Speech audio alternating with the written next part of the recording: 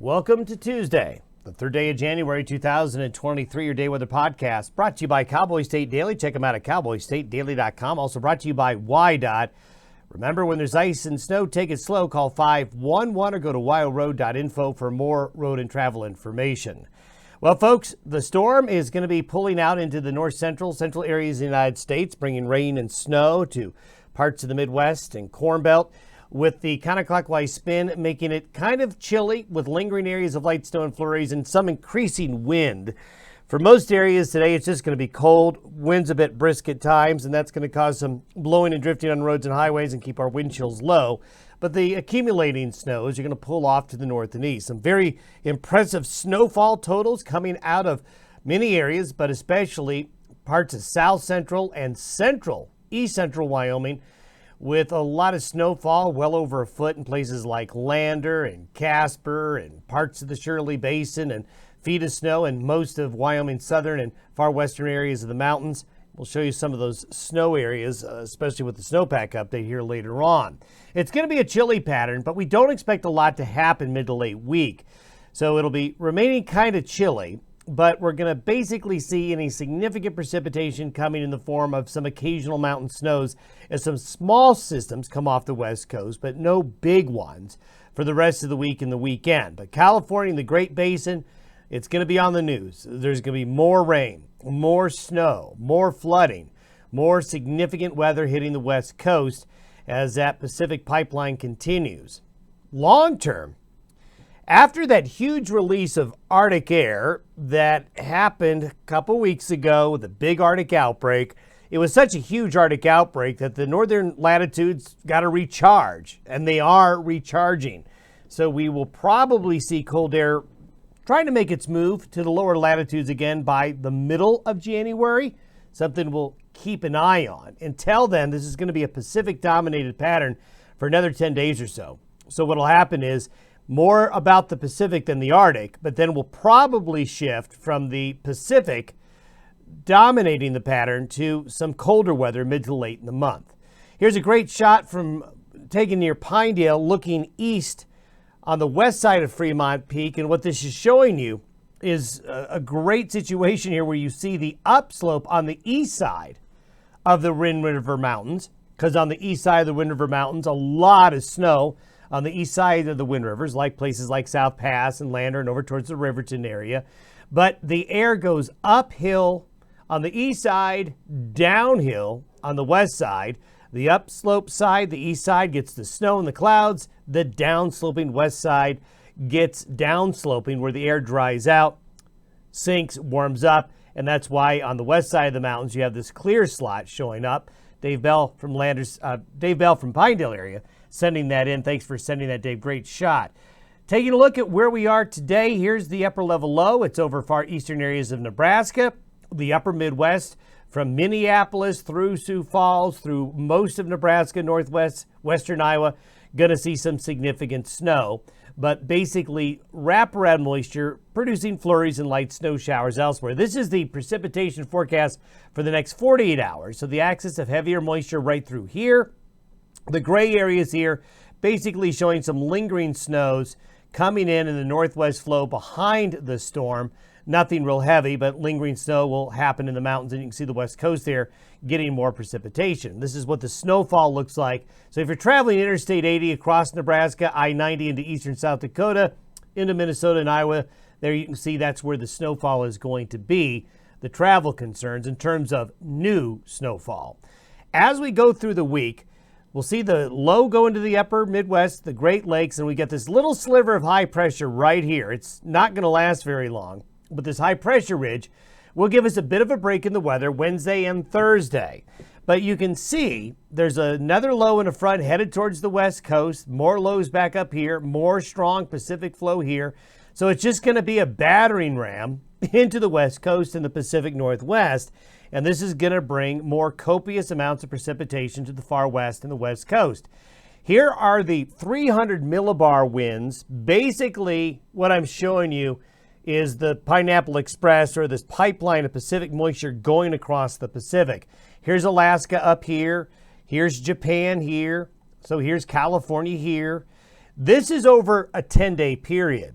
So you can just see the constant, very strong west to east flow, bringing that Pacific moisture into Western North America.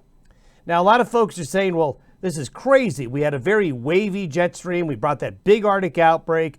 Now it's not a wavy jet stream. It's a very strong west to east jet stream wind moving across. Now, historically, when we've had large, big Arctic outbreaks, the atmospheric response to that does produce these very strong jet stream winds across the Pacific. So we've seen this before with what we've really experienced with these big weather events here over the last 3 to 4 weeks does set the stage for other events. So the big Arctic outbreak helped set the stage for what we're seeing right now across the Pacific. If we were to take a look at the precipitable water, you can just see the blue and the green swirls here along that 300 millibar jet stream level winds, just continuing to go into the West Coast. So this is over the same 10-day period, and you can just see one, then there'll be a break, another one, then another one, then another one, then another one. So this is how you break the drought in California. California droughts and floods are never gentle. You never have a smooth, easy transition from a drought situation to a more wet situation. This is the extremes that you can get in places like California as you change patterns. We showed you last week La Nina was weakening and weakening rather rapidly. We have those warmer sea surface temperatures up in the Gulf of Alaska and the North Pacific with a weakening La Nina. It's just the perfect setup, but this is how Mother Nature works. She always self-corrects and evens things out in the end, just never on the time scale that we would like it. Look at the precipitation over the next 10 days going into California, but also going into the Great Basin states, also continuing to go in the Pacific Northwest.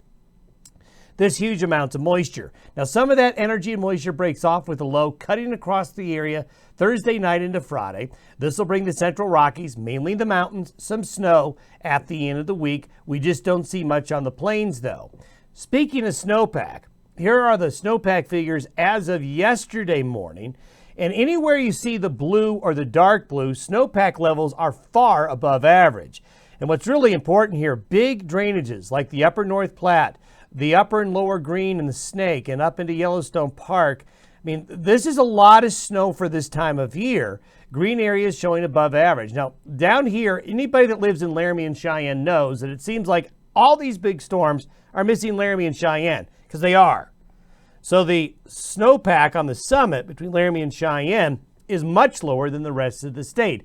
It's just the way the systems have been this winter, favoring areas more in the west and more in the north. And when you look at the snowpack in Colorado, it's kind of a similar situation where the Arkansas and the upper Rio Grande drainages aren't doing nearly as well as the northern and northwestern snowpack drainages. This is just a wonderful start to the snowpack. That's a lot of snow heading into the new year. Look at Utah.